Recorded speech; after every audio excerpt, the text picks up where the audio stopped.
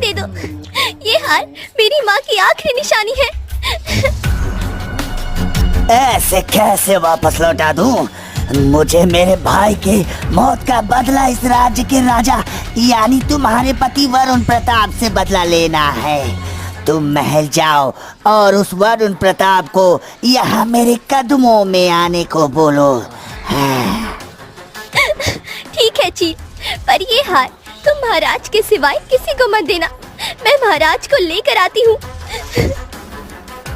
ऐसा बोलकर रानी वहाँ से महल की ओर चली जाती है। मेरावगढ़ में एक वरुण प्रताप नाम का राजा राज्य करता था। वो अपनी महारानी निर्मला से बहुत प्रेम करते थे। एक दिन शाम का समय था। रानी अपने महल के बगीचे में कुछ सहेलियों के साथ बैठी हुई थी। तभी उनकी एक सहेली मेहरू ने कहा, महारानी, सुना है आपकी माँ रानी नीलम ने मरने से पहले आपको एक बहुत ही कीमती हार दिया था। उसके अंदर जो नीले रंग के नगीने हैं वो पाताल लोक के हैं। अगर आपके पास वो इतना बेशकीमती हार है तो आज तक आपने उसको पहना क्यों नहीं? क्या पाताल लोक के नगीने? क्या मेहरू सच बोल रही है महारानी? हाँ, माँ ने मुझे वो हार दिया था, पर मुझे उसके कीमती नगीने से नहीं, उस हार से प्रेम है, क्योंकि वो मेरी माँ की आखिरी निशानी है और मैं उसको संभाल कर रखती हूँ। सोने से पहले और जागने के बाद मैं उसको जरूर देखती हूँ। मुझे उसको देखकर ऐसा लगता है कि जैसे कि मेरी माँ मेरे ही साथ है। वो माँ के लिए बहुत खास था और मेरे लिए मेरी माँ।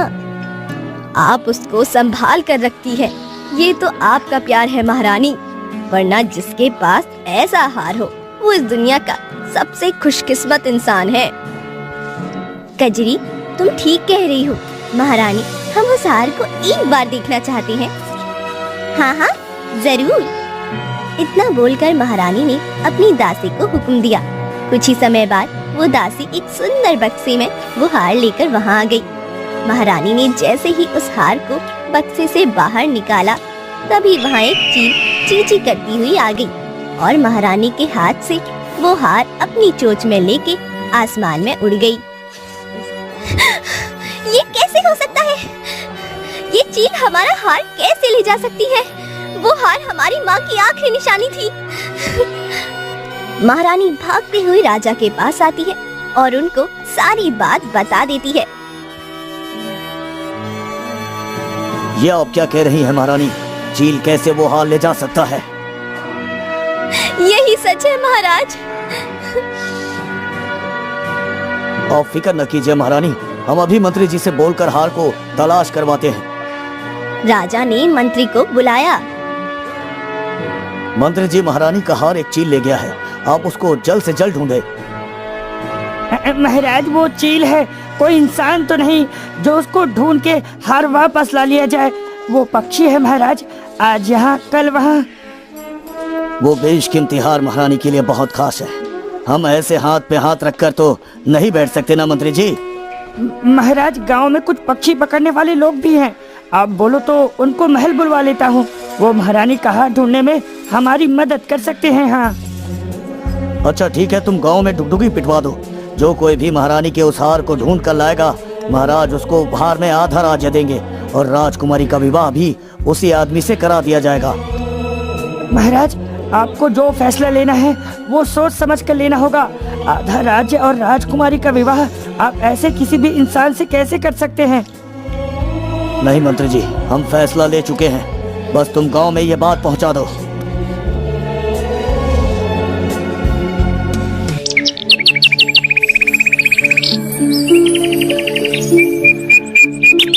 और गांव में ये डुगडुगी पिटवा दी। सुनो सुनो सुनो, महारानी निर्मला का हार एक चील लेके उड़ गया है। जो कोई भी उस चील से वो हार लेकर आएगा, राजा उसका विवाह राजकुमारी से कराएंगे। इतना ही नहीं, उसको आधा राज्य भी दिया जाएगा। सुनो सुनो सुनो। राजा ने आधा राज्य देने की यदि बात कही है तो कोई ना कोई इसका बड़ा कारण होगा, परंतु हम तो चील के पास जा भी नहीं सकते। हमें तो बहुत ही भयानक लगता है चील। हाँ, ये हमारे बस की नहीं है भैया। हाँ हम सालों से दिन रात मेहनत कर रहे हैं, आज तक कच्ची छत को ठीक नहीं करा पाए। आधा राज्य लेने के लिए हम उस चील को ढूंढ ही सकते हैं भाई। गांव के कुछ लोग बहुत ही शिद्दत से उस चील को ढूंढने लगे। उन्हीं लोगों में से एक रमन नाम का लालची किसान भी था। अरे उस चील को तो मैं ही ढूंढूंगा और राजमहल का आधा हिस्सा नहीं पूरा हिस्सा लूंगा। राजकुमारी से विवाह करने के बाद मैं राजा को मूर्ख बनाकर पूरा राज्य हड़प लूंगा और राजकुमारी और ये राज्य मेरे कदमों में होगा। फिर वो सोचते हुए जंगल की ओर बढ़ने लगा। अरे जंगल में मेरा मित्र भेड़िया है ना, अब वही मेरी मदद करेगा। हाँ,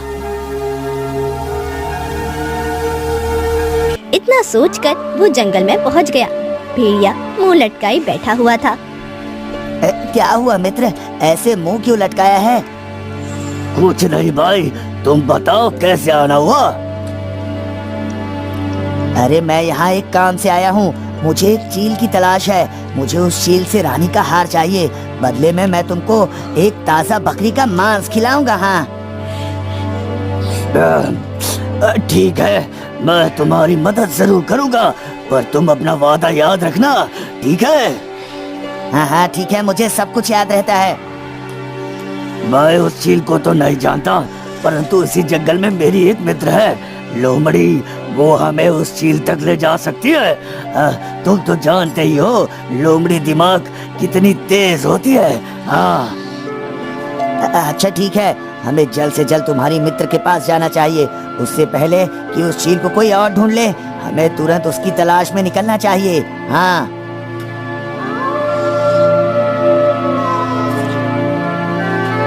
भेड़िया और रमन दोनों लोमड़ी के पास पहुंच जाते हैं।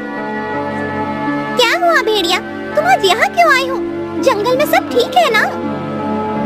ये मेरा मित्र रमन है, इसको एक चील की तलाश है। उस चील के पास राजा का हार है, उसको वही हार चाहिए। क्या तुम हमारी मदद कर सकती हो? हाँ बिल्कुल, परंतु उस चील को तो मैं भी नहीं जानती, लेकिन हाँ तुम दोनों के साथ मिलकर उसको ढूंढ सकती हूँ और मुझे यकीन है हम जल्द ही उस चील तक पहुँच जाएंगे। वो तीनों जंगल के अंदर चल देते हैं। अभी वो कुछ ही दूर चले थे कि उनको किसी के चीखने की आवाज आई। अरे ये कौन चीखा? मुझे तो कोई मनुष्य लगता है। इतने घने जंगल में मनुष्य? चलो चलकर देखते हैं, क्या पता उससे ही कोई सुराग मिल जाए। हाँ लोमड़ी, तुम ठीक कह रही हो। नो उस तरफ चल देते हैं जहाँ से वो चीख की आवाज आई थी। उन्होंने वहाँ आकर देखा जहाँ एक कुटिया थी। इस कुटिया के अंदर से ही आवाज आई थी, हमें अंदर चलकर देखना चाहिए। लोमड़ी, रमन और भेड़िया कुटिया के अंदर चले गए। अंदर आकर उन्होंने देखा एक साधु बाबा जमीन पर पड़े हुए थे। वो बुरी तरह तड़प रहे थे। बाबा, बाबा आपको क्या हुआ है? बेटा मैं तो अपनी साधना में लीन था, अचानक ही एक जहरीले सांप ने मुझे आकर काट लिया। उसका जहर मेरे पूरे शरीर में फैल रहा है, तुम मेरी मदद करो। क्या साधु बाबा, आपको जहरीले सांप ने काटा है? हम आपकी मदद कैसे कर सकते हैं? तुम मेरी मदद करो, बदले में मैं तुमको वो दे सकता हूँ जो तुम चाहते हो। साधु बाबा, हमें उस चील का पता चाहिए जो महारानी का हार लेकर भाग गई है। क्या हमें उस चील के बारे में बता सकते हैं? वो कहाँ मिलेगी? हाँ हाँ बिल्कुल बता सकता हूँ, परंतु उससे पहले तुमको मेरे प्राण बचाने होंगे।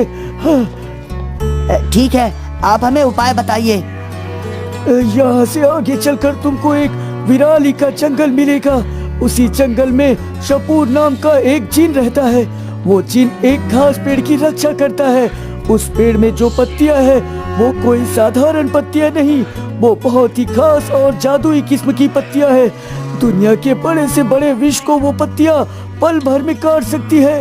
यदि तुम उस पेड़ की कुछ पत्तियां ले आओ तो मैं तुमको चील तक जाने का रास्ता बता दूंगा, परंतु ध्यान रहे शपूर तुमको इतनी आसानी से पत्तियां लेने नहीं देगा। तुमको उसे मूर्ख बनाना होगा अपनी बातों से। हाँ, आप उसकी चिंता न करें साधु बाबा, मेरे साथ मेरे 2 तेज दिमाग वाले मित्र हैं, हम अवश्य वो पत्तियां लेकर आएंगे। हाँ